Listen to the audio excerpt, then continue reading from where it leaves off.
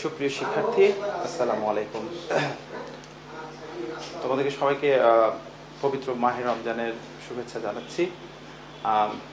বৈশ্বিক করোনা ভাইরাসের এই মহামারীর সময় রাজশাহী কলেজের বিশেষ উদ্যোগে উচ্চ মাধ্যমিক শ্রেণীর জন্য পরিচালিত অনলাইন লাইভ ক্লাসে তোমাদেরকে স্বাগত জানাচ্ছি। আমি মোহাম্মদ আলী আহসান, প্রভাষক অর্থনীতি। আশা করি তোমরা সকলেই ভালো আছো, সুস্থ আছো, ঘরে আছো এবং স্বাস্থ্যবিধি মেনে চলছো। দীর্ঘ 1 মাসেরও বেশি সময় হলো তোমরা শ্রেণীকক্ষের বাইরে রয়েছো। আমরা কেউ নিশ্চিত না যে এই সময়টা আরো কত দীর্ঘায়িত হতে পারে। গতকাল মাননীয় প্রধানমন্ত্রী এই বিষয়ে কিছুটা ইঙ্গিত দিয়েছেন, যদি অবস্থার খুব একটা উন্নতি না হয় তাহলে হয়তো এটা সেপ্টেম্বর পর্যন্ত লেন্দি হতে পারে। তো সেক্ষেত্রে একটা দীর্ঘ সময় তোমাদের হয়তো বা শ্রেণীকক্ষের বাইরেই থাকতে হতে পারে। আমরা আশা করি যে হয়তো এত বেশি সময় থাকতে হবে না, ইনশাল্লাহ খুব দ্রুতই সবকিছু স্বাভাবিক হয়ে যাবে। তারপরে তোমাদের এই সময়টাকে খুব ভালোভাবে কাজে লাগানোর জন্য তোমাদের এই বিশেষ উদ্যোগ, এবং এই উদ্যোগটা তখন সফল হবে যদি তোমরা সকলেই এই ক্লাসগুলোকে খুব গুরুত্ব সহকারে নিয়ে বাসায় চর্চা করো, পড়াশোনাটা চালিয়ে যাও,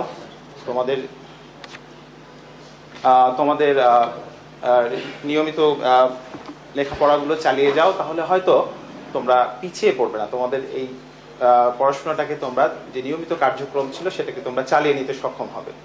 আশা করি এটাই তোমরা করবে, এই প্রত্যাশাটাই তোমাদের কাছে থাকলো। আজকে মূলত আমি যে ক্লাসটা নিব সেটা হচ্ছে অর্থনীতি দ্বিতীয় পত্র। তোমরা এখানে দেখতেই পাচ্ছ স্লাইড। অর্থনীতি দ্বিতীয় পত্রের ইতিমধ্যেই একটা ক্লাস হয়ে গিয়েছে। সেই ক্লাসটা মূলত আমাদের অর্থনীতি দ্বিতীয় পত্রের প্রথম অধ্যায়ের উপরে ক্লাসটা নেওয়া হয়েছে, তোমরা জানো। আমি আজকে সেই ক্লাসেরই ধারাবাহিকতা বজায় রাখবো ইনশাল্লাহ, এবং তার উপরে ভিত্তি করে আলোচনাটা এগিয়ে নিয়ে যাব। মূলত তোমাদের দ্বিতীয় পত্রের যে প্রথম অধ্যায় সেটা হচ্ছে বাংলাদেশের অর্থনীতি পরিচয়। এই জায়গাটায় তোমরা গত ক্লাসে যেটা দেখেছো সেটা হচ্ছে বাংলাদেশের অর্থনীতির ঐতিহাসিক পটভূমি। আজকে যে বিষয়টা আলোচনা করব সেটা হচ্ছে যে বাংলাদেশের ভৌগোলিক অবস্থান ও পরিবেশ। একটা বিষয় একটু লক্ষ্য করো যে আমরা বাংলাদেশের অর্থনীতি পরিচয় বলছি, কিন্তু আসলে এখনো পর্যন্ত ক্লাস যে দুটো হচ্ছে, আজকের মূল শব্দটা আমরা দেখছি, এখানে আসলে সরাসরি অর্থনৈতিক কার্যক্রমে কিন্তু কোনো কথা এখানে এখন পর্যন্ত আসেনি।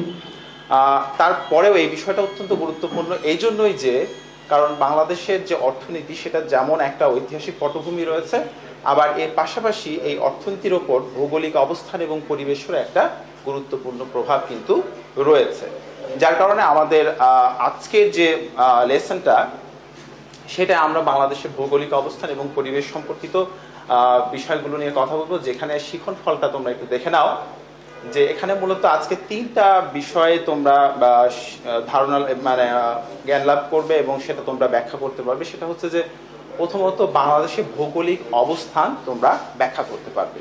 এটা একটা খুব গুরুত্বপূর্ণ বিষয়, কারণ বাংলাদেশ বিশ্ব মানচিত্রে কোথায় কিভাবে অবস্থান করছে, এই সীমারেখা কি, ভূপ্রকৃতি কেমন, জলবায়ু কি, এই প্রত্যেকটা বিষয়গুলোই কিন্তু অর্থনীতির সাথে প্রত্যক্ষভাবে জড়িত।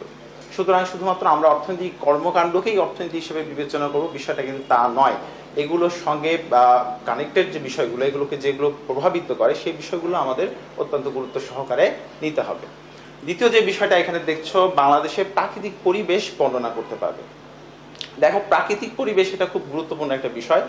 পরিবেশ ছাড়া কিন্তু মানুষ টিকে থাকতে পারে না। সুতরাং পরিবেশকে ভালো রেখে, পরিবেশের ভারসাম্য বজায় রেখে আমাদের সকল কাজগুলো করতে হয়। সেক্ষেত্রে প্রাকৃতিক পরিবেশটা কি, সেটা কি কি ধরনের, এগুলোকে আমরা তোমরা বর্ণনা করতে পারবে ক্লাস শেষে। এরপরে যেটা রয়েছে, বাংলাদেশের অর্থনীতিতে প্রাকৃতিক পরিবেশের প্রভাব তোমরা ব্যাখ্যা করতে পারবে। এখানে একটা বিষয় দেখো যে বাংলাদেশের অর্থনীতি, এই বিষয়টা আমরা এখানে নিয়ে আসছি, এবং এক্ষেত্রে অর্থনীতির ওপর প্রাকৃতিক পরিবেশের কি প্রভাব সেটা আমরা এখানে বলতে পারবো, বা তোমরা আজকে ক্লাসে সেটা ব্যাখ্যা করতে পারবে।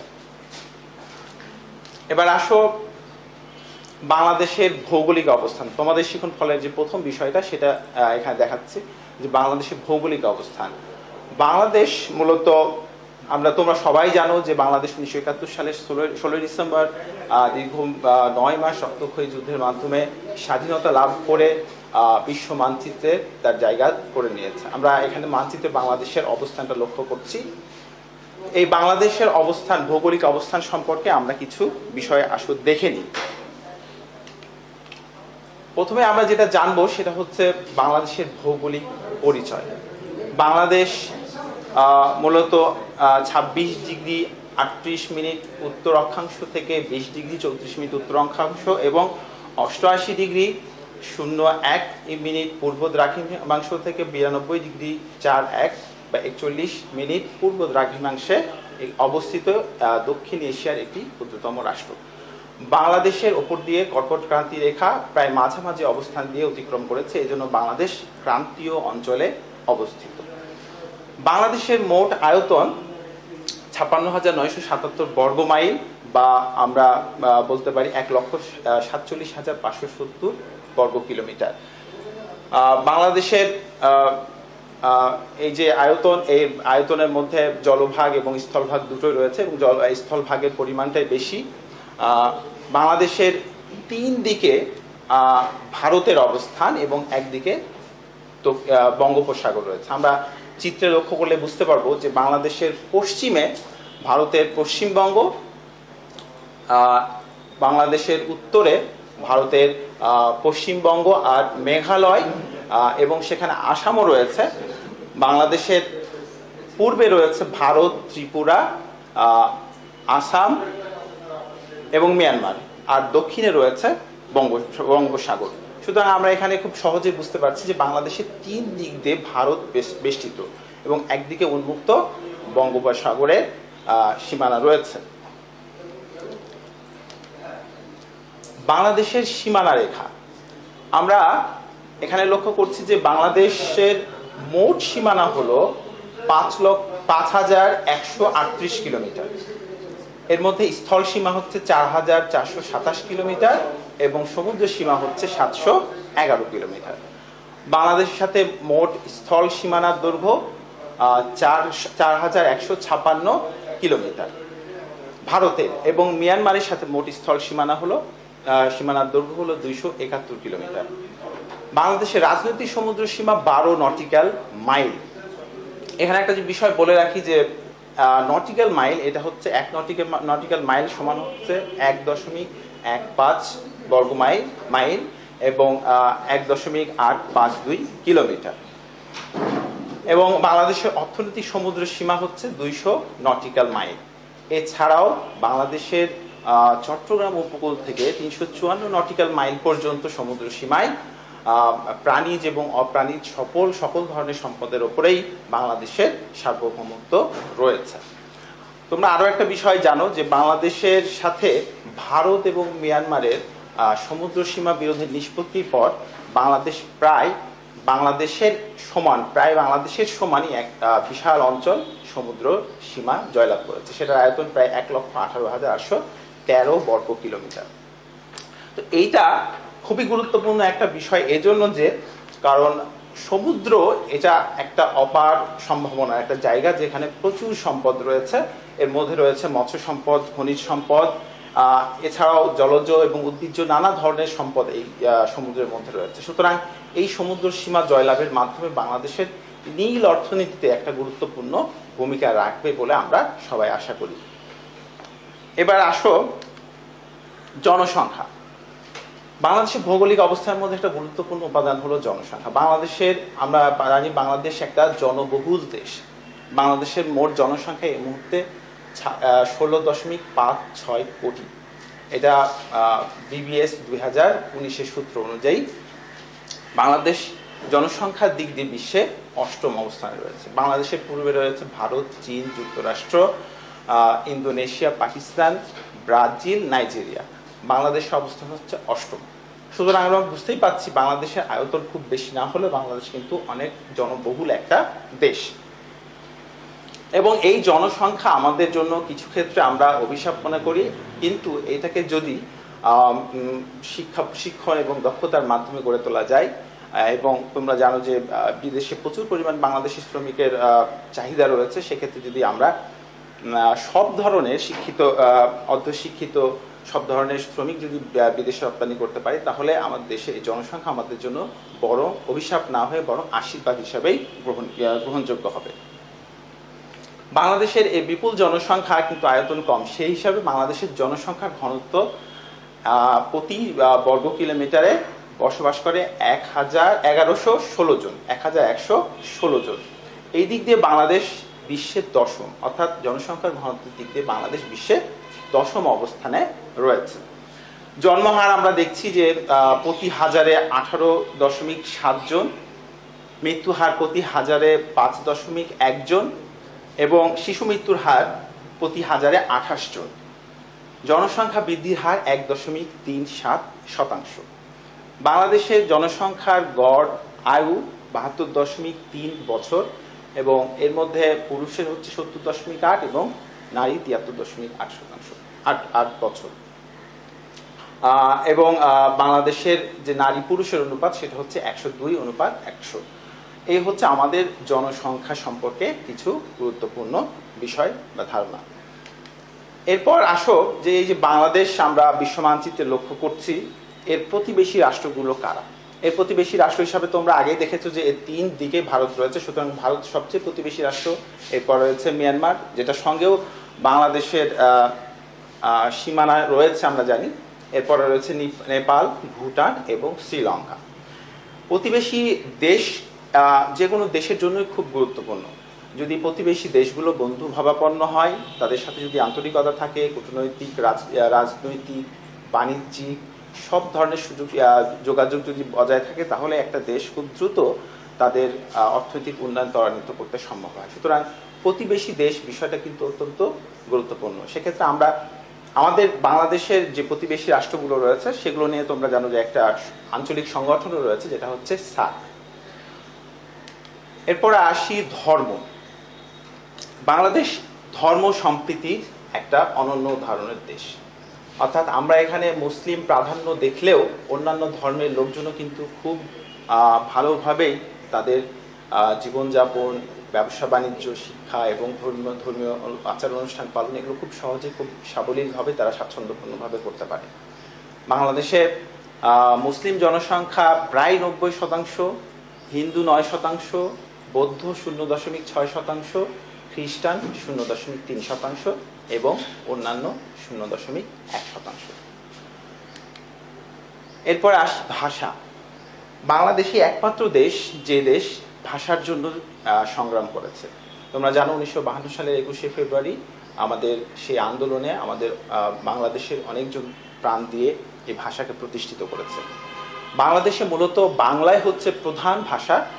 এছাড়াও এর পাশাপাশি স্কুল, কলেজ, বিশ্ববিদ্যালয়ে কিছু মাত্রায় ইংরেজি ব্যবহার করা হয় এবং অফিস আদালতেও কিছুটা ব্যবহার করা হয়। বাংলাদেশে প্রায় 95% মানুষই বাংলা ভাষায় কথা বলে, কিছু উপজাতি তাদের নিজস্ব ভাষায় কথা বলে।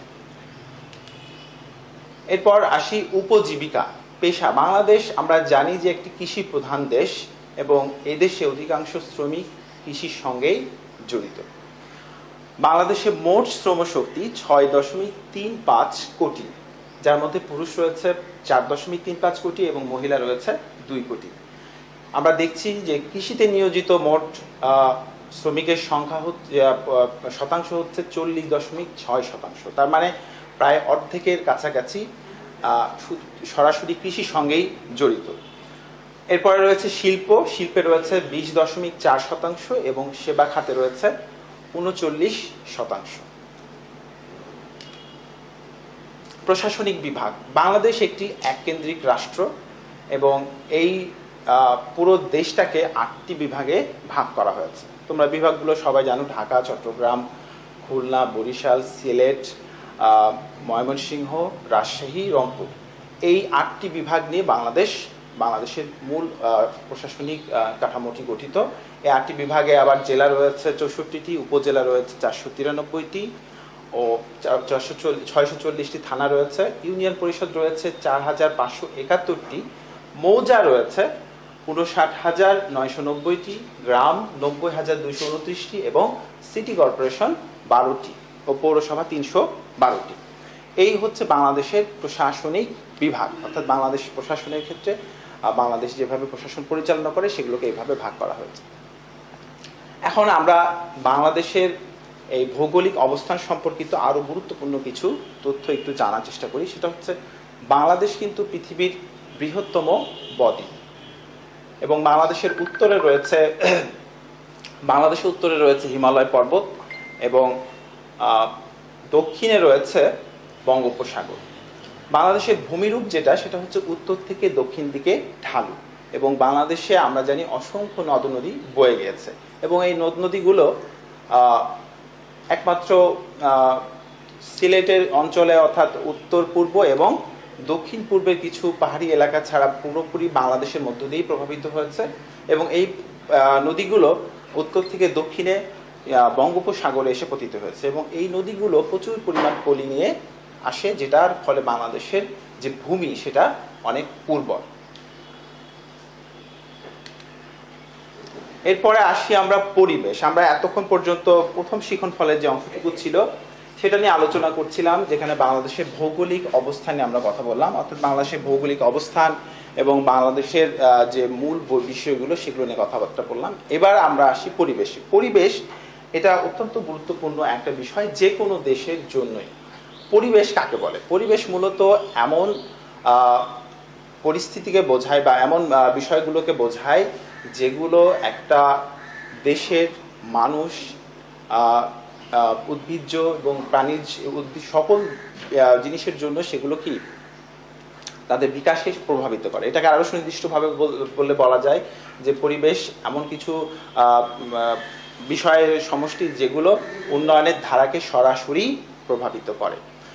পরিবেশ মূলত দুটি ভাগে আমরা ভাগ করতে পারি। একটা হচ্ছে প্রাকৃতিক পরিবেশ আর একটা হচ্ছে সাংস্কৃতিক বা সামাজিক পরিবেশ। এর মধ্যে প্রাকৃতিক পরিবেশটা অত্যন্ত গুরুত্বপূর্ণ। প্রাকৃতিক পরিবেশটা কাকে বলে? প্রাকৃতিক পরিবেশ হচ্ছে আমাদের চারপাশে প্রকৃতিগত যে বিষয়গুলো রয়েছে সেগুলো সমষ্টি। এর মধ্যে কি কি আছে?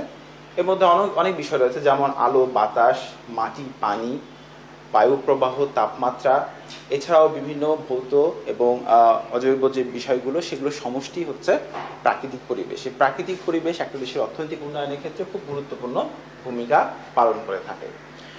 প্রাকৃতিক পরিবেশের প্রসঙ্গটা আসলে যেটা বলতেই হয় যে প্রাকৃতিক পরিবেশ এবং প্রাকৃতিক ভারসাম্য এই দুটো বিষয় খুব অঙ্গাঙ্গিভাবে জড়িত। বর্তমান সময়ে আমরা প্রাকৃতিক ভারসাম্য রক্ষার বিষয়টা খুব গুরুত্বপূর্ণভাবে উপলব্ধি করছি, কারণ বিভিন্ন সময় আমরা এই প্রাকৃতিক ভারসাম্যহীনতার কারণে আমাদের দুর্যোগের মুখোমুখি হতে হচ্ছে, যেগুলো আমরা কখনোই আসলে আমরা কামনা করতে পারি না। তো সেক্ষেত্রে প্রাকৃতিক পরিবেশের ভারসাম্য বজায় রাখা কিভাবে যেতে পারে সেজন্য এখন বিশ্বের অনেকগুলো আন্তর্জাতিক সংস্থা এবং আমাদের দেশেও বিভিন্ন পরিবেশবাদী সংস্থাগুলো এই বিষয় নিয়ে কথাবার্তা বলছে, তারা কাজও করছে। সুতরাং পরিবেশ এই বিষয়টার ক্ষেত্রে আমাদের প্রত্যেককেই সচেতন হতে হবে, আমরা যাতে করে আমাদের পরিবেশটাকে আমরা নিজেরাই ভালো রাখতে পারি, যাতে সেটা আমাদের বসবাসের উপযোগী হয়। প্রাকৃতিক পরিবেশ অনেকগুলো উপাদান নিয়ে গঠিত। এর মধ্যে আমরা এখানে দেখছি বিষয়গুলো। তার মধ্যে প্রথমে যেটা আসে ভৌগোলিক অবস্থান। ইতিমধ্যে আমি বাংলাদেশের ভৌগোলিক অবস্থানের কথা বলেছি। সেটা হচ্ছে বাংলাদেশ 26 ডিগ্রি থেকে 20 ডিগ্রি উত্তর অক্ষাংশ থেকে 92 ডিগ্রি 88 থেকে 92 ডিগ্রি পর্যন্ত পূর্ব দ্রাঘিমায় অংশ অবস্থিত। বাংলাদেশের আয়তন 1,47,570 বর্গ কিলোমিটার। এইগুলো হচ্ছে মূলত বাংলাদেশের ভৌগোলিক অবস্থান এবং বাংলাদেশের 3 দিকে রয়েছে ভারত এবং একদিকে রয়েছে বঙ্গোপসাগর। এরপরে আর একটা বিষয় দেখো, উপকূল রেখা। আমরা ভূপ্রকৃতিকে পরে আসছি, আমরা উপকূল রেখাটা আগে একটু বলে নিই। বাংলাদেশের যে উপকূল রেখা সেটা পৃথিবীর একটা বৃহত্তম উপকূল রেখা। এর দৈর্ঘ্য প্রায় 711 কিলোমিটার। এটি খুলনা রায়মঙ্গলের মোহনা থেকে শুরু করে একেবারে কক্সবাজারের টেকনাফ পর্যন্ত বিস্তৃত। এই যে উপকূল রেখা এটা দুই ধরনের হয়ে থাকে, একটা হচ্ছে ভগ্ন আর একটা হচ্ছে অভগ্ন। উপকূল রেখা যদি ভগ্ন হয় তাহলে সেটা বিভিন্ন ধরনের বন্দর অর্থাৎ সমুদ্র বন্দর এবং পোতাশ্রয় গঠনে খুব ভালো ভূমিকা পালন করে থাকে। বাংলাদেশের উপকূল রেখা আমরা দেখে থাকি এটা ভগ্ন এবং অগভীর, ফলে বাংলাদেশের এই উপকূল রেখায় খুব গুরুত্বপূর্ণ কিছু বন্দর কিন্তু গড়ে উঠেছে। এর মধ্যে যেটা রয়েছে সর্বপ্রথম চট্টগ্রাম সমুদ্র বন্দর, এটা 1887 সালে প্রতিষ্ঠা লাভ করে এবং 1888 সাল থেকে এটা কার্যক্রম শুরু করে। এবং এই বন্দর দিয়েই বাংলাদেশের ব্যবসা বাণিজ্যে বৈদেশিক বা বাণিজ্যের প্রায় 90% সম্পাদন হয়ে থাকে। এরপরে রয়েছে দ্বিতীয় যেটা, সেটা হচ্ছে মংলা সমুদ্র বন্দর, যেটা খুলনার পশুর নদী এবং মংলার মোহনায় অবস্থিত। এটা 1951 সালে 1 ডিসেম্বর চালু হয়। আর সর্বশেষ যেটা আরেকটা কাজ শুরু হয়েছে সেটা হচ্ছে পটুয়াখালীর কলাপাড়া উপজেলায় তোমরা জানো পায়রা সমুদ্র বন্দর, এটা কাজ 2013 সালে শুরু হয়েছে, অদ্যাবধি চলছে। তো এই হচ্ছে উপকূল রেখা, এবং বাংলাদেশের এই উপকূল রেখাতে আমরা আরো কিছু দ্বীপও লক্ষ্য করে থাকি, যেগুলো বাংলাদেশের প্রাকৃতিক পরিবেশের মধ্যে অন্তর্ভুক্ত। এই দ্বীপগুলোর মধ্যে রয়েছে মহেশখালী, সোনাদিয়া, কুতুবদিয়া, সেন্ট মার্টিন, এগুলো খুব গুরুত্বপূর্ণ। এরপরে আমরা আসি খনিজ সম্পদ। একটা দেশের এটা একটা বড় পাওয়া যে প্রাকৃতিক পরিবেশের মধ্যে বা প্রাকৃতিক সম্পদের মধ্যে যদি খনিজ সম্পদটা ব্যাপক আকারে থাকে, কারণ অনেক দেশের ক্ষেত্রেই খনিজ সম্পদ সে দেশের অর্থনীতির মেরুদণ্ড হিসাবে কাজ করে। বাংলাদেশেও বেশ কিছু উল্লেখযোগ্য খনিজ সম্পদ পাওয়া যায় বা রয়েছে। এর মধ্যে প্রধানত রয়েছে প্রাকৃতিক গ্যাস, এছাড়াও কঠিন শিলা, চুনাপাথর, খনিজ বালু এবং গন্ধক সহ আরো বেশ কিছু ধরনের গুরুত্বপূর্ণ খনিজ পদার্থ বাংলাদেশে রয়েছে। এরপরে দেখো প্রাণীজ সম্পদ। প্রাণীজ সম্পদটাও একটা খুব গুরুত্বপূর্ণ উপাদান প্রাকৃতিক পরিবেশের ক্ষেত্রে, এবং এটা আমাদের অর্থনীতির ক্ষেত্রেও খুব গুরুত্বপূর্ণ বিষয়। প্রাণীজ সম্পদের মাধ্যমে আমরা এর মধ্যে দেখি মাছ, মাংস, ডিম এবং চামড়া শিল্প, এটা খুব গুরুত্বপূর্ণ। প্রাণীজ শিল্প মূলত কৃষিকাজ, পরিবহন এবং চামড়া শিল্পের ক্ষেত্রে খুব গুরুত্বপূর্ণ ভূমিকা পালন করে থাকে। এরপরে আসি বায়ু প্রবাহ। বায়ু প্রবাহ আমরা এটাও পরিবেশের একটা খুব গুরুত্বপূর্ণ উপাদান। বাংলাদেশে বায়ু প্রবাহের ক্ষেত্রে আমরা যেটা লক্ষ্য করে থাকি যে বাংলাদেশে গ্রীষ্মকালে দক্ষিণ পশ্চিম মৌসুমী বায়ু প্রবাহিত হয় এবং যার ফলে এই সময় খুব বৃষ্টিপাত হয়। আর শীতকালে উত্তর পূর্ব মৌসুমী বায়ু প্রবাহিত হয় এবং যার ফলে শীতকাল শুষ্ক আমরা দেখি। তাহলে বাকি যে বিষয়গুলো সেগুলো আমরা একটু আসলে দেখি। প্রথম হচ্ছে ভূপ্রকৃতি। বাংলাদেশের যে ভূপ্রকৃতি সেটা হচ্ছে বৈচিত্র্যপূর্ণ। বাংলাদেশের ভূপ্রকৃতি আমরা যদি ভূপ্রকৃতির বৈশিষ্ট্য অনুযায়ী লক্ষ্য করি, তাহলে বাংলাদেশের ভূপ্রকৃতিকে প্রধানত দুই ভাগে ভাগ করা যায়। একটি হচ্ছে সমতল ভূমি বা সমভূমি, আর একটি হচ্ছে পাহাড়ি ভূমি বা পার্বত্য ভূমি। এই দুটো ছাড়াও আমরা বরেন্দ্রভূমি, বনভূমি, জলাশয়, হাওর এগুলো লক্ষ্য করে থাকি। বাংলাদেশে এখানে বিভিন্ন রঙের দিয়ে বা দেখানো হয়েছে আসলে কোন অংশের ভূপ্রকৃতির গঠন প্রকৃতি কেমন সেটা দেখানো হয়েছে। বাংলাদেশে উল্লেখযোগ্য যে ভূপ্রকৃতির ইয়েটা সেটা আমি একটু বলছি। সেটা হচ্ছে যে বাংলাদেশে প্রধানত যে বিষয়টা দেখা যায় যে চট্টগ্রাম বা পার্বত্য চট্টগ্রাম এবং সিলেটের পাহাড়ি অঞ্চল, যেটাকে বলা হয় টারসিয়ারি পাহাড়, আর রয়েছে রাজশাহীতে বরেন্দ্রভূমি, আর ঢাকা, টাঙ্গাইল, ভাওয়ালের গড় এবং কুমিল্লার লালমাই, এগুলো হচ্ছে প্লাইস্টোসিন কালের সোপানসমূহ। এগুলো মূলত প্রায় 25,000 বছর আগে তৈরি হয়েছে। বাংলাদেশের এই অংশ ছাড়া মোটামুটি বাংলাদেশের প্রায় পুরোটা অংশই হচ্ছে কি, মাঝে অংশটুকু হচ্ছে সমভূমি। এটা খুবই গুরুত্বপূর্ণ একটা বিষয় যে সমভূমি যত বেশি হবে সেটা ব্যবসা বাণিজ্য, চাষাবাদ এগুলোর জন্য উপযোগী। সুতরাং এই সমভূমিকে কাজে লাগিয়ে বাংলাদেশ অনেক বেশি অগ্রগতি অর্জন করতে সক্ষম।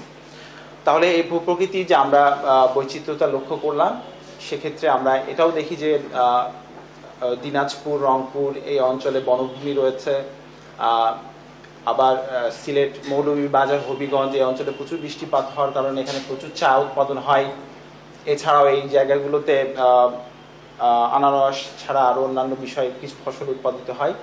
রাজশাহী বরেন্দ্র অঞ্চলে প্রচুর পরিমাণে আলু, পান এবং এই ডাল সবজি এগুলো উৎপাদিত হয় এবং বিস্তীর্ণ যে সমতল ভূমি রয়েছে এখানে প্রধানত পাট, ধান, গম এই ফসলগুলো উৎপাদিত হয়ে থাকে। বাংলাদেশের নদ নদী নদী অর্থনীতির ক্ষেত্রে একটা খুব গুরুত্বপূর্ণ ভূমিকা পালন করে থাকে। নদী যেমন মানুষের পানীয় জলের চাহিদা মেটায়, এর পাশাপাশি কৃষিকাজে সেচের জন্য কাজে লাগে। আমরা নদীতে মৎস্য চাষের বিষয়টা লক্ষ্য করে থাকি। নদী ব্যবহার করে পণ্য এবং মানুষ পরিবহন হয়ে থাকে এবং আমরা আরেকটা বিষয় খেয়াল করি, নদীতে বাঁধ নির্মাণ করে আমরা বিদ্যুৎও উৎপাদন করতে পারি। ফলে নদী এটা অত্যন্ত গুরুত্বপূর্ণ একটা প্রাকৃতিক উপাদান বা প্রাকৃতিক পরিবেশের একটা উপাদান, যেটা অর্থনীতির ক্ষেত্রে খুব গুরুত্বপূর্ণ। বাংলাদেশে বড় তিনটি নদী হচ্ছে পদ্মা, মেঘনা এবং যমুনা। এছাড়াও বাংলাদেশে ছোট বড় মিলিয়ে প্রায় 233টি নদী রয়েছে। এর মধ্যে এগুলো ছাড়াও আন্তঃসীমান্ত নদী রয়েছে প্রায় 57টি। এর মধ্যে ভারতের সঙ্গে যুক্ত 54টি এবং মিয়ানমারের সঙ্গে 3টি। মিয়ানমারের সঙ্গে যে নদীগুলো সংযুক্ত রয়েছে সেগুলো হচ্ছে নাফ নদী, মাতামুহুরী এবং সাঙ্গু, এই 3টা নদী। বাংলাদেশের নদ নদীর মোট দৈর্ঘ্য প্রায় 24,240 কিলোমিটার। বাংলাদেশে প্রায় 700 নদী, শাখা নদী, উপনদী মিলে একটা বিশাল নদী ব্যবস্থা নেটওয়ার্ক তৈরি হয়েছে এবং এই নদী ব্যবস্থা নেটওয়ার্কের কারণে বাংলাদেশে প্রচুর পরিমাণে পলি সমৃদ্ধ বা পলল ভূমি রয়েছে, যেগুলো অত্যন্ত উর্বর ভূমি। বাংলাদেশের যে জলবায়ু সেটাও খুব গুরুত্বপূর্ণ, কারণ বাংলাদেশ সহ পৃথিবীর যে কোনো জায়গায় জলবায়ু একটা খুব গুরুত্বপূর্ণ প্রভাব ফেলে সেই দেশের জনগণের ওপর। সেই দেশের জনগণের খাদ্যাভ্যাস, জীবন প্রণালী, তাদের কর্মক্ষমতা, এই সবগুলো বিষয়ের উপর জলবায়ু খুব গুরুত্বপূর্ণ প্রভাব ফেলে। বাংলাদেশে জলবায়ু তোমার যে কোনো দেশের মানুষের দৈহিক গঠন কাঠামো এবং তাদের কর্মদক্ষতাকে কিন্তু প্রভাবিত করে থাকে। বাংলাদেশে যে জলবায়ুটা লক্ষ্য করা যায় সেটা হচ্ছে উষ্ণ, আর্দ্র এবং সমভাবাপন্ন। বাংলাদেশে মৌসুমী বায়ুর প্রভাবে প্রচুর পরিমাণ বৃষ্টিপাত হয়। বাংলাদেশে গড় বৃষ্টিপাতের পরিমাণ হচ্ছে 120 থেকে 354.4 সেন্টিমিটার এবং বাংলাদেশের গড় আর্দ্রতা সর্বোচ্চ 99% এবং সর্বনিম্ন 36%। বাংলাদেশ ক্রান্তীয় মৌসুমী জলবায়ু অঞ্চলে অবস্থিত। বাংলাদেশের তাপমাত্রা যদি আমরা বলি তাহলে বাংলাদেশের গড় তাপমাত্রা গ্রীষ্মকালে দেখা যায় 21 ডিগ্রি থেকে 34 ডিগ্রি সেলসিয়াস, শীতকালে 11 থেকে 29 ডিগ্রি সেলসিয়াস, গ্রীষ্মকালে সর্বোচ্চ গড় তাপমাত্রা 37 ডিগ্রি সেলসিয়াস, শীতকালে সর্বনিম্ন তাপমাত্রা 7 ডিগ্রি সেলসিয়াস। এখানে দুটো বিষয় একটু বলে নিই, সেটা হচ্ছে বাংলাদেশে সবচেয়ে বেশি বৃষ্টিপাত হয় সিলেটের লালখানে এবং বাংলাদেশের তাপমাত্রা সবচেয়ে বেশি নাটোরের লালপুরে। মৃত্তিকা এটাও একটা পরিবেশের খুব গুরুত্বপূর্ণ উপাদান। আসলে আমরা উৎপাদনের কথা চিন্তা করলে প্রথমে আমাদের আসে মাটি ব্যতীত আসলে আমরা সেটা বলো কৃষি বলো বা শিল্প বলো, যেই উৎপাদন ব্যবস্থা বলো না কেন, কোনো কিছু সম্ভব না। আমরা প্রাথমিকভাবে মাটির যে শক্তি বা উর্বরা শক্তি সেটা কৃষির ক্ষেত্রে কাজে লাগায়। এই জন্য কৃষির ক্ষেত্রে মাটি খুব গুরুত্বপূর্ণ। বাংলাদেশে যে মাটিটি রয়েছে আমরা এখানে দেখছি যে বেলে আছে, বেলে এঁটেল দোআঁশ, তারপরে বেলে দোআঁশ বেলে, পলি এঁটেল, এই ধরনের বিভিন্নভাবে মাটিগুলো আমাদের বিভিন্ন দেশে বিভিন্ন অঞ্চলে এক এক অঞ্চলে এক এক ধরনের মাটি রয়েছে। মূলত বাংলাদেশের এই মাটির উৎপাদন শক্তি বা উর্বরা শক্তির কারণে বিভিন্ন জায়গায় বিভিন্ন ধরনের ফসল বেশি উৎপাদিত হয় এবং সেগুলো দ্বারা দেশের অভ্যন্তরে এবং দেশের বাইরেও বাণিজ্য হয়ে থাকে। উদ্ভিদ, এই যে আমরা একটু আগে মাটির কথা বললাম, এই মাটির গুণাগুণ বা উর্বরা শক্তির পার্থক্যের কারণে বিভিন্ন জায়গায় বিভিন্ন ধরনের বনভূমি বা গাছও জন্মাতে আমরা দেখি এবং এভাবে মূলত বনভূমিগুলোর সৃষ্টি হয়ে থাকে। বাংলাদেশে যে বনভূমি রয়েছে, বাংলাদেশের বনভূমিটা আমরা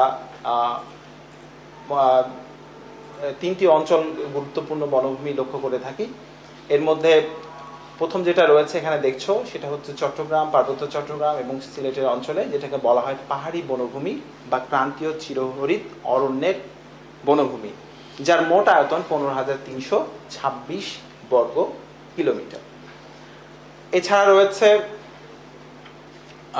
টাঙ্গাইল, গাজীপুর, ময়মনসিংহ অর্থাৎ ভাওয়ালের গড় এবং দিনাজপুর এবং রংপুর অঞ্চলে ক্রান্তীয় পতনশীল ও পত্রযুক্ত বৃক্ষের বনভূমি, যার মোট আয়তন 875 বর্গ কিলোমিটার।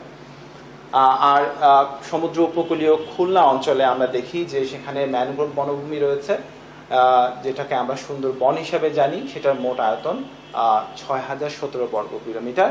এটা 2017 অর্থনৈতিক সমীক্ষা অনুযায়ী।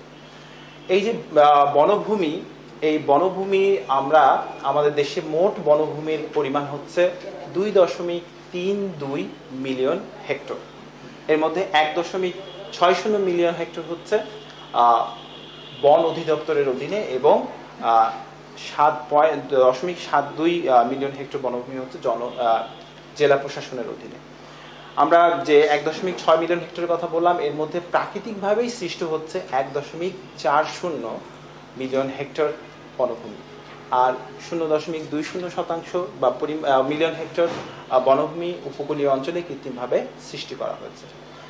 এছাড়াও বাংলাদেশে 0.77 মিলিয়ন হেক্টর বনভূমি আমরা বসতবাড়ি এবং বিভিন্ন পতিত জমিতে আচ্ছাদিত অবস্থায় দেখি। বাংলাদেশের এই যে বনভূমি, সেটা মোট আমরা জানি যে একটা দেশের মোট আয়তনের 25% বনভূমি থাকা দরকার। আমাদের দেশে কিন্তু পর্যাপ্ত পরিমাণে সেটা নেই। বাংলাদেশে বনভূমির মোট আয়তন পরিমাণ হচ্ছে 11% আয়তনের তুলনায়।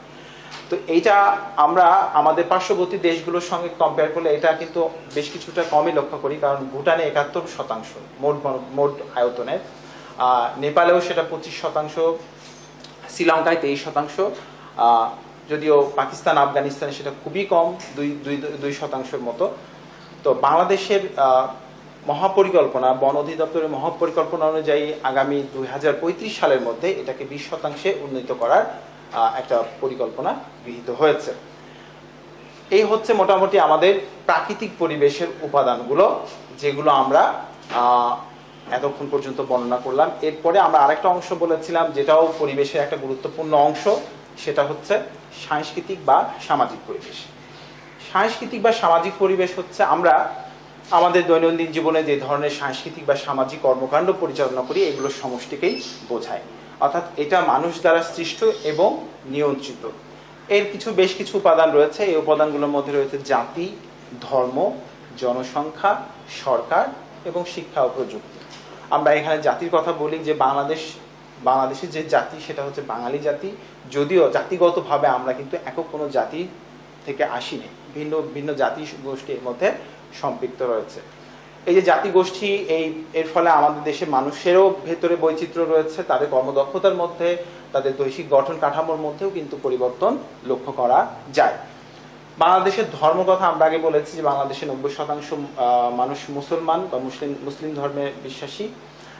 এক্ষেত্রে ধর্মীয় কালচার বা আনুষ্ঠানিকতাগুলো কিন্তু একটা গুরুত্বপূর্ণ বিষয়। আর জনসংখ্যা আমাদের এই অঞ্চলে আমরা যদি 1901 সাল থেকে এ পর্যন্ত লক্ষ্য করি, তাহলে এই গতি প্রকৃতিটা এমন। 1901 সালে ছিল 2.89 কোটি, সেটা 1951 সালে গিয়ে দাঁড়ায় 4.41 কোটি, এবং 2001 সালে এসে 13 কোটিতে দাঁড়ায়, এবং 2019 সালে আমরা এই সময় 20 সালে আমরা এই সময় এসে দেখছি 2019-এর পরিসংখ্যান অনুযায়ী 16.56 কোটি।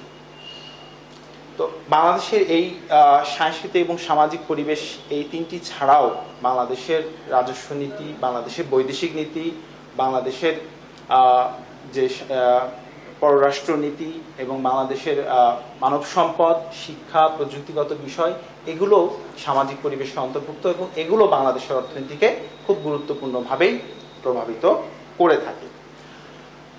এখন আমরা এই যে দুটো প্রাকৃতিক পরিবেশের কথা বললাম, একটা হচ্ছে প্রাকৃতিক পরিবেশ এবং সাংস্কৃতিক বা সামাজিক পরিবেশ, এই দুটোর মধ্যে কি কি পার্থক্য রয়েছে এগুলো একটু জানার চেষ্টা করি। প্রথমেই রয়েছে সংজ্ঞাগত পার্থক্য। আমরা ইতিমধ্যে এগুলো সংজ্ঞাটা জেনেছি যে পারিপার্শ্বিক প্রাকৃতিক পরিবেশটা হচ্ছে এমন পারিপার্শ্বিক অবস্থা যেটা মূলত উন্নয়নের ধারাকে প্রভাবিত করে থাকে। আর সাংস্কৃতিক বা সামাজিক পরিবেশ, একটু আগেই বললাম যে এটা হচ্ছে মানুষের কর্মকাণ্ডের সমষ্টি, অর্থাৎ আমরা যে সকল কার্যগুলো করি সেগুলোর সমষ্টি, এগুলো মানুষ দ্বারাই নিয়ন্ত্রিত এবং পরিচালিত। উপাদান, প্রাকৃতিক পরিবেশ উপাদানগুলো আমরা বলেছি যে ভৌগোলিক অবস্থান, ভূপ্রকৃতি, জলবায়ু, মৃত্তিকা, তারপরে বনজ সম্পদ, খনিজ সম্পদ, বাণিজ্য সম্পদ, তাপমাত্রা, বৃষ্টিপাত, এগুলো সবই প্রাকৃতিক পরিবেশের উপাদান। আর সাংস্কৃতিক বা সামাজিক পরিবেশের উপাদানগুলো কি আমরা একটু আগে বললাম, যেটা হচ্ছে যে শিক্ষা, ধর্ম, জাতি, জনসংখ্যা, সরকার, এগুলো। পরিবর্তনশীলতা, প্রাকৃতিক পরিবেশটা প্রাকৃতিকভাবেই তৈরি হয়, যার কারণে এখানে আমরা পরিবর্তনশীলতা লক্ষ্য করি না। এটা প্রাকৃতিকভাবেই যতটুকু পরিবর্তন হয় প্রাকৃতিকভাবে ন্যাচারালি হয়, এটা এখানে আসলে মানুষের ওইভাবে হস্তক্ষেপ নেই। আর সাংস্কৃতিক বা সামাজিক পরিবেশ এটা পরিবর্তনশীল, যেহেতু এটা মানুষ দ্বারা সৃষ্ট এবং পরিচালিত, সুতরাং এটা পরিবর্তনশীল। আর রয়েছে নির্ভরশীলতা, প্রাকৃতিক পরিবেশ সাংস্কৃতিক বা সামাজিক পরিবেশের উপর কোনোভাবেই নির্ভরশীল নয়, কিন্তু সাংস্কৃতিক বা সামাজিক পরিবেশ অর্থাৎ মানুষের কর্মকাণ্ড এটা কিন্তু প্রাকৃতিক পরিবেশের সাথে সম্পর্কিত বা এর উপরে নির্ভরশীল। অর্থনৈতিক প্রভাব, আমরা জানি যে প্রাকৃতিক পরিবেশে যে উপাদানগুলো এগুলো প্রত্যেকটাই অর্থনীতিকে ব্যাপকভাবে প্রভাবিত করে। যেমন আমরা একটু আগে বললাম জলবায়ু, ভৌগোলিক অবস্থান, ভূপ্রকৃতি, তারপরে মৃত্তিকা, এগুলো সবগুলোই খুব গুরুত্বপূর্ণভাবে অর্থনীতিকে প্রভাবিত করে। আর সাংস্কৃতিক বা সামাজিক পরিবেশ এটাও একটা গুরুত্বপূর্ণ বিষয়।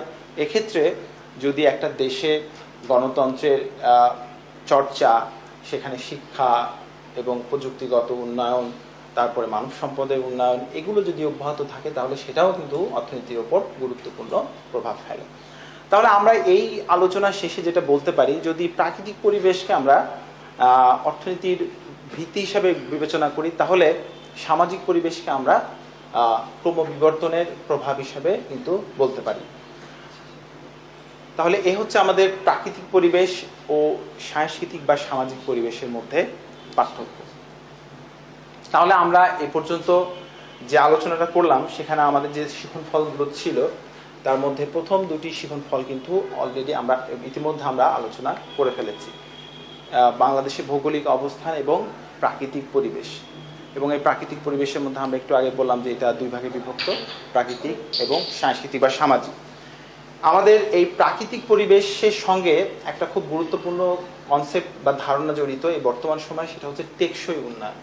আমরা প্রাকৃতিক পরিবেশ সংরক্ষণের কথা বলছি, আবার একই সাথে অর্থনৈতিক কর্মকাণ্ডও চালিয়ে যাওয়ার ক্ষেত্রে আমরা প্রতিশ্রুতিবদ্ধ।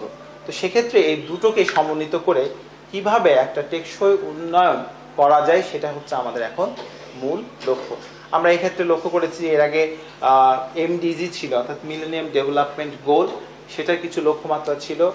এরপরে যেটা আসে সেটা হচ্ছে সাস্টেনেবল ডেভেলপমেন্ট গোল, অর্থাৎ টেকসই উন্নয়ন লক্ষ্যমাত্রা, যেটার মাধ্যমে আমরা আমাদের সামনে যে সময়গুলো সেটাতে কিভাবে প্রাকৃতিক ভারসাম্য বজায় রেখে উৎপাদন কার্যক্রম পরিচালনা করতে পারি, আমাদের কার্বন নিঃসরণ কমাতে পারি, আমাদের দুর্যোগ প্রবণতা যেটা আমাদের প্রাকৃতিক পরিবেশ বিলোপের কারণে সৃষ্টি হচ্ছে সেগুলো কিভাবে কমিয়ে নিয়ে আসা যায়, এবং যে দেশগুলো দুর্যোগে ঝুঁকিপূর্ণ, বেশি ঝুঁকিপূর্ণ, সেই দেশগুলো কিভাবে তহবিল গঠন করে সেগুলো সেই দেশগুলোতে দুর্যোগ পরবর্তী সময়গুলোতে সেখানে ত্রাণ বা পুনর্বাসন কার্যক্রম ভালোভাবে পরিচালনা করা যায়, সেই বিষয়গুলো কিন্তু মাথায় রেখে আন্তর্জাতিক বিভিন্ন সংস্থা কাজ করছে। জাতিসংঘ বা আমরা পরিবেশগত আরও যে সংস্থাগুলো রয়েছে, আইপিসিসি রয়েছে, ডাব্লিউপিও রয়েছে, এরকম অনেকগুলো আন্তর্জাতিক সংস্থা রয়েছে, তাদের সাথে আমাদের দেশও কিন্তু জড়িত রয়েছে, এবং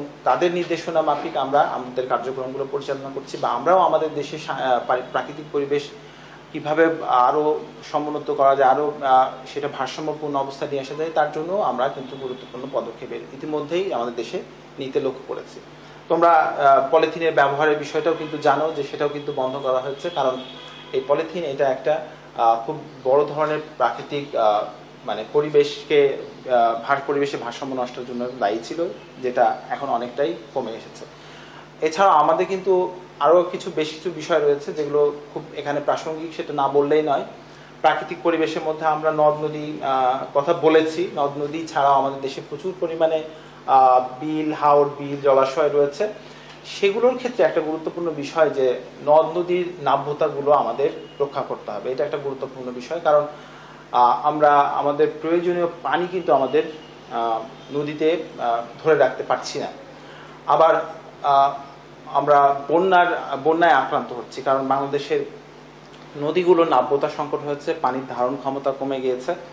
ফলে এই যে সমস্যা, এই সমস্যাগুলো থেকে উত্তরণের জন্য আমাদের নদীগুলো খনন এবং যে প্রাকৃতিক জলাশয়গুলো রয়েছে সেগুলো তো পানির ধারণ ক্ষমতা বৃদ্ধির একটা চেষ্টা করতে হবে। তাহলে আমাদের দেশের কৃষিতে যে প্রয়োজনীয় পানি সেটা আমরা খুব সহজেই নদী বা জলাশয়গুলো থেকে সংগ্রহ করতে পারবো। আর দ্বিতীয়ত হচ্ছে পানি যদি থাকে তাহলে আমরা এই পানির প্রবাহকে ব্যবহার করে আমরা সেখানে বিদ্যুৎ শক্তি উৎপাদন করতে পারি। সেগুলোতে আমরা পরিবহন ব্যবস্থা, অর্থাৎ আমাদের ব্যবসা বাণিজ্যের যে পরিবহন দরকার সেটার ক্ষেত্রেও আমরা এই নদী পথগুলোকে ব্যবহার করতে পারি। তাহলে প্রাকৃতিক পরিবেশে যে উপাদানগুলো রয়েছে সেগুলো আমরা ভারসাম্যপূর্ণ অবস্থায় রাখতে পারলেই এগুলো আমাদের অর্থনৈতিক যে কর্মকাণ্ডগুলো রয়েছে সেগুলোকে আরো বেশি প্রভাবিত করবে এবং আরো সহজতর করে দেবে। এতে করে আমাদের দেশের অর্থনীতি আরো বেশি ত্বরান্বিত হবে বলে আমি আশা করি। এরপরে আসি যে বাংলাদেশের অর্থনীতিতে প্রাকৃতিক পরিবেশের প্রভাব কি। আমরা এতক্ষণ পর্যন্ত যে প্রাকৃতিক পরিবেশের কথাগুলো বললাম, যে উপাদানগুলোর কথা বললাম, সেগুলো আমি বিভিন্নভাবেই বাংলাদেশের অর্থনীতি কি ধরনের প্রভাব সেটা কিছুটা আলোচনা করেছি। এখানে আরেকটু দীর্ঘায়িত করে আমি আরেকটু বিস্তারিত সেটা বলার চেষ্টা করব। বাংলাদেশের অর্থনীতি তোমরা জানো যে এখনো পর্যন্ত এটা একটা কৃষি প্রধান দেশ, যদিও বাংলাদেশের জিডিপিতে এখন কৃষির অবদান কমে গিয়েছে, সেটা 14% মতো। আর সেবা খাত এটা 50%-এর উপরে, শিল্প খাত প্রায় 30%-এর মতো। কিন্তু বাংলাদেশে কিন্তু কৃষি ফসল উৎপাদন কিন্তু কমেনি, এটা বেড়েছে, কিন্তু জিডিপিতে এর অংশটা কমেছে, কারণ অন্যান্য যে সেক্টরগুলো সেগুলো খুব দ্রুত বৃদ্ধি পাচ্ছে। যেমন আমরা সেবা খাতের কথা বলছি, সেটা খুব দ্রুত বৃদ্ধি পাচ্ছে এবং শিল্পের অংশটা বাড়ছে। ফলে বাংলাদেশের এই যে কৃষি সেটা মূলত সরাসরি এই প্রাকৃতিক পরিবেশের সঙ্গে সম্পর্কিত। তাহলে আমাদের দেশের মূল যে অর্থনীতির যে ভিত্তি যেটা সেটা হচ্ছে কৃষি, কারণ এখানে এখনো পর্যন্ত 40.6% মানুষ নিয়োজিত। বাংলাদেশের যে বিপুল পরিমাণ জনসংখ্যা, এদের খাদ্যের চাহিদা পূরণ করার জন্য কৃষি একটা গুরুত্বপূর্ণ ভূমিকা পালন করছে।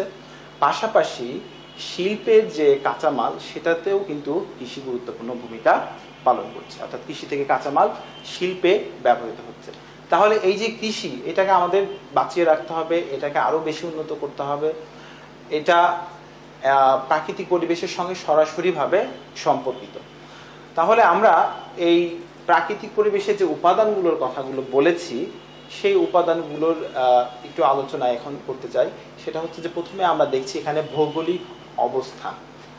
ইতিমধ্যে তোমাদেরকে বলেছি যে বাংলাদেশের ভৌগোলিক অবস্থানটা আসলে কোন জায়গায়। একটা বিষয় লক্ষ্য করতে হবে যে কোনো দেশই যদি অন্যান্য দেশের সঙ্গে সংযোগ ভালো না থাকে, এটা হতে পারে সমুদ্র পথে বা স্থলপথে, তাহলে কিন্তু সেই দেশ ব্যবসা বাণিজ্য এবং শিল্প অন্যান্য সকল ক্ষেত্রে উন্নতি খুব একটা দ্রুত ত্বরান্বিত করতে সক্ষম হয় না। আমরা বাংলাদেশের ভৌগোলিক অবস্থান যদি লক্ষ্য করি, বাংলাদেশের 3 দিকে ভারতের সীমানা রয়েছে এবং একদিকে কিন্তু উন্মুক্ত বঙ্গোপসাগর বা জলরাশি রয়েছে, যেটার সাহায্যে আমরা বিশ্বের যে কোনো দেশের সঙ্গেই সংযুক্ত হতে পারি। সেটা হতে পারে ব্যবসা বাণিজ্যের ক্ষেত্রে বা অন্যান্য পণ্য আমদানি রপ্তানির ক্ষেত্রে। এই সকল ক্ষেত্রে আমরা কিন্তু এই বিশাল সমুদ্র পথ ব্যবহার করতে পারি। এটা একটা বাংলাদেশের জন্য অত্যন্ত গুরুত্বপূর্ণ একটা বিষয় বা বাংলাদেশের অর্থনীতির ক্ষেত্রে। এছাড়াও বাংলাদেশের যে বিস্তীর্ণ সমভূমি, বিশেষ করে আমরা বলেছি যে বাংলাদেশের উত্তর পূর্ব এবং দক্ষিণ পূর্ব অঞ্চলে কিছু পার্বত্য ভূমি ছাড়া প্রায় পুরো বাংলাদেশে একটা বিস্তীর্ণ সমভূমি অঞ্চল। ওই দুটো অঞ্চলে আমরা জানি যে পার্বত্য ভূমি হয়, সেখানে যোগাযোগ ব্যবস্থা খুব একটা ভালো না, অর্থাৎ সেখানে আমরা চাইলেই খুব উন্নত যোগাযোগ ব্যবস্থা স্থাপন করতে পারি না, রেল স্থাপন করতে পারি না। ফলে সেখানকার উন্নয়নও কিন্তু খুব ধীরগতির।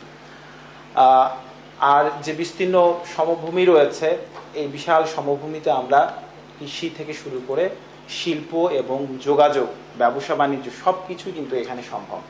ফলে এই বিস্তীর্ণ সমভূমিকে কেন্দ্র করে আমাদের এই যে বাংলাদেশের অর্থনীতি সেটা খুব দ্রুত কিন্তু এগিয়ে যাচ্ছে। এখানে আমরা পরিবহনের ক্ষেত্রে রেল যোগাযোগ দেখি, আমরা সড়ক পথ দেখি, এখানে নৌপথ রয়েছে, আন্তর্জাতিক বিমান রয়েছে এবং বাংলাদেশে যেটা বললাম যে সমুদ্র উপকূল, যেটা বাংলাদেশের সমুদ্র উপকূলটা ভগ্ন এবং এটা সমুদ্র বন্দর তৈরির জন্য খুব একটা উপযোগী একটা বিষয়।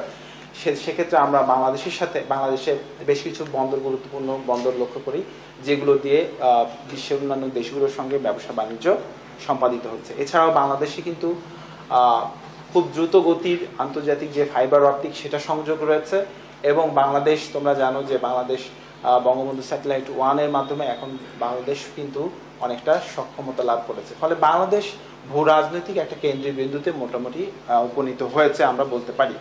এবং বাংলাদেশের পার্শ্ববর্তী ভারত বিশাল একটা দেশ এবং খুব নিকটবর্তী চীন রয়েছে।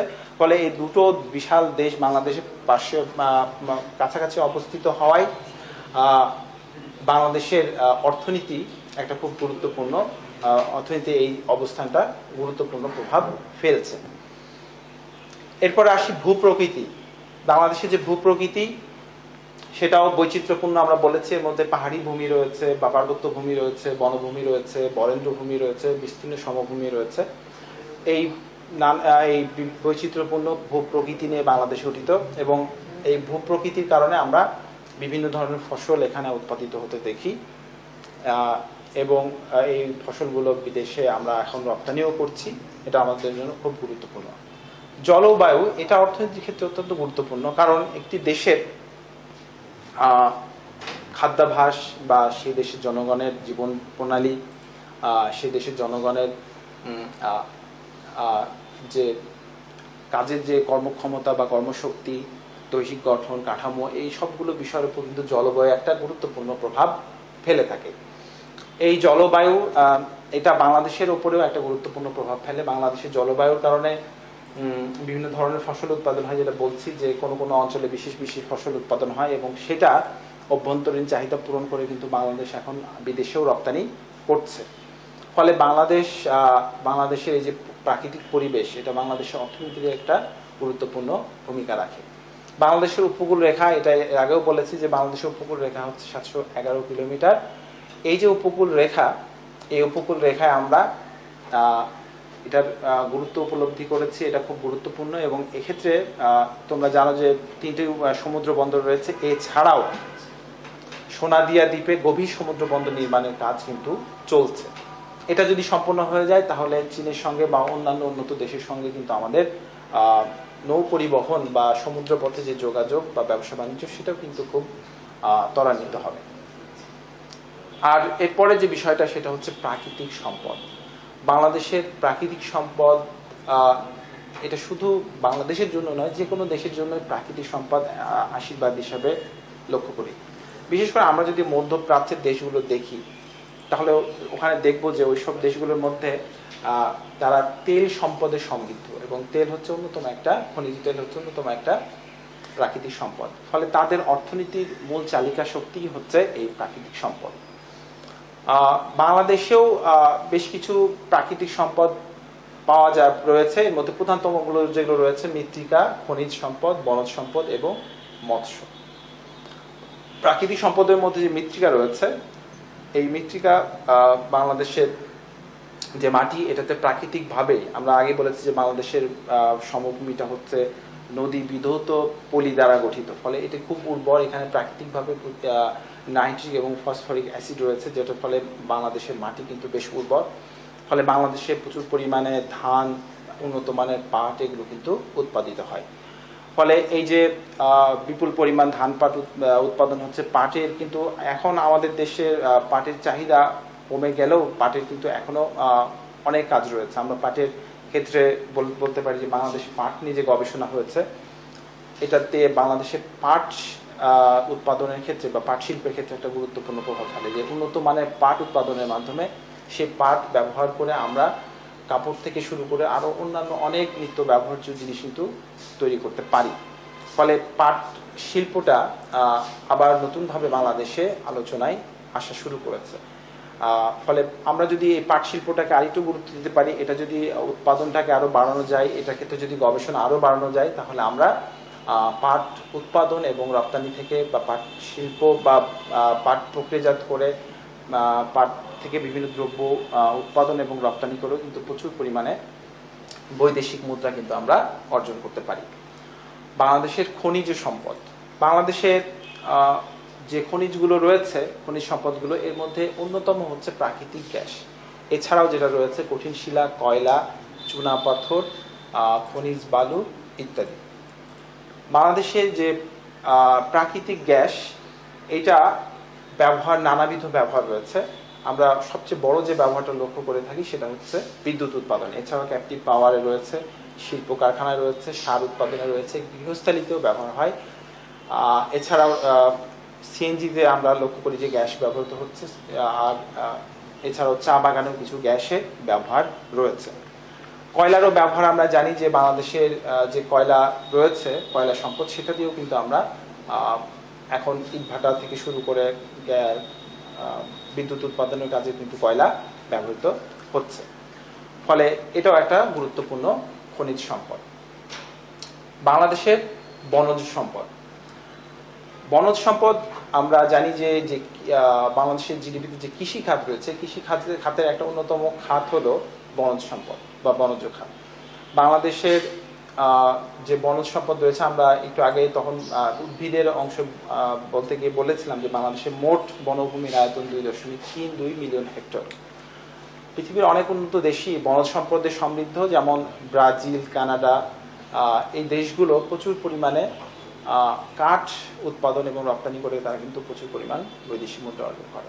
ফলে বনজ সম্পদটা কিন্তু একটা গুরুত্বপূর্ণ সেক্টর বা এই অর্থনীতির ক্ষেত্রে বাংলাদেশের অর্থনীতির প্রাকৃতিক সম্পদের যে বিষয়গুলো, তার মধ্যে বনজ সম্পদ একটা গুরুত্বপূর্ণ।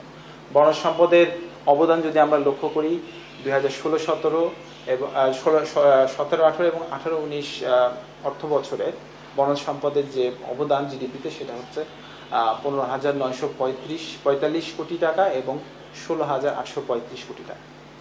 তাহলে আমরা এখান থেকে বুঝতে পারছি যে আসলে বাংলাদেশে বনজ সম্পদ একটা গুরুত্বপূর্ণ প্রাকৃতিক সম্পদ। এরপরে যেটা রয়েছে সেটা হচ্ছে মৎস্য সম্পদ। মৎস্য সম্পদও বাংলাদেশের অত্যন্ত গুরুত্বপূর্ণ একটা প্রাকৃতিক সম্পদ। বাংলাদেশের জিডিপিতে মৎস্য সম্পদের অবদান 3.61%। এবং বাংলাদেশের এই যে মৎস্য সম্পদ, এই মৎস্য সম্পদ এটা রপ্তানি ক্ষেত্রেও খুব গুরুত্বপূর্ণ ভূমিকা পালন করে। মোট রপ্তানি আয়ের প্রায় 1.39% আসে মৎস্য খাত থেকে।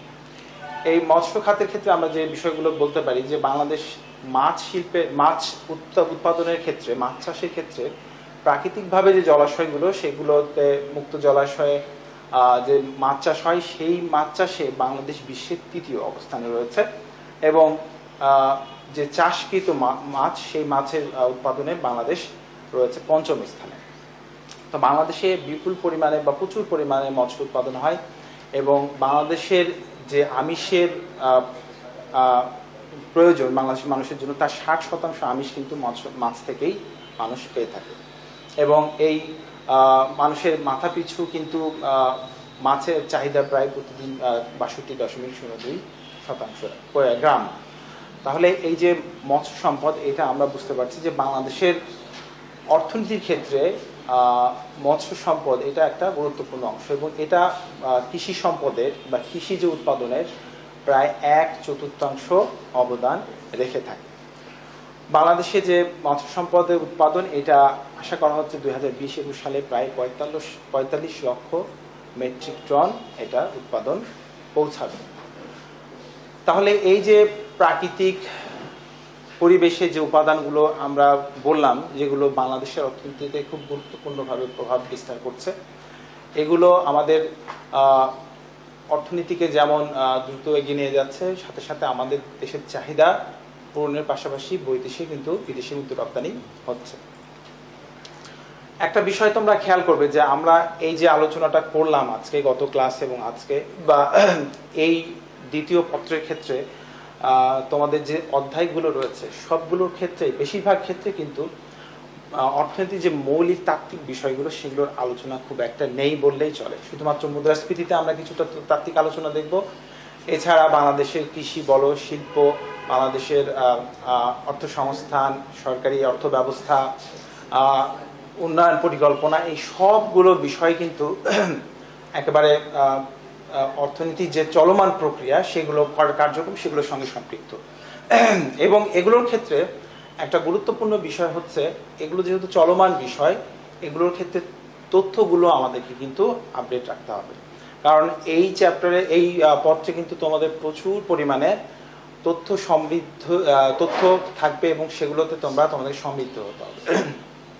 সুতরাং তোমাদের ক্ষেত্রে তোমাদের জন্য আমার একটা বিশেষ যে পরামর্শ, সেটা হলো এই পত্রে খুব ভালো করার জন্য তোমাদেরকে বাংলাদেশের এই অর্থনৈতিক পরিচয় থেকে শুরু করে বাংলাদেশের কৃষি, শিল্প, উন্নয়ন পরিকল্পনা, অর্থসংস্থান, সরকারি অর্থ ব্যবস্থা, তারপরে খাদ্য নিরাপত্তা সহ যে বিষয়গুলো রয়েছে, এগুলোতে সবই কিন্তু তথ্যবহুল। সুতরাং এই তথ্যগুলো তোমরা যত বেশি নিজেরা তথ্যগুলোর ক্ষেত্রে সমৃদ্ধ হতে পারবে, যত বেশি আপডেট থাকতে পারবে তথ্যগুলোর সঙ্গে, তোমরা তত বেশি এই পত্রে ভালো করবে।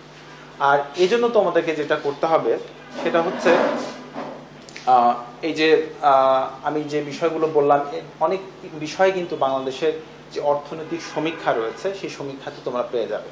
তোমরা যারা নেটে তোমাদের অ্যাক্সেস আছে, তোমরা খুব সহজে বাংলাদেশের অর্থনৈতিক সমীক্ষা 2019 যদি সার্চ দাও, তাহলে তোমরা পিডিএফ আকারে সেটা পাবে, সেটা তোমরা সংগ্রহ করবে। এর পাশাপাশি বাংলাদেশের সপ্তম পঞ্চবার্ষিকী পরিকল্পনা সেটাও সংগ্রহ করবে।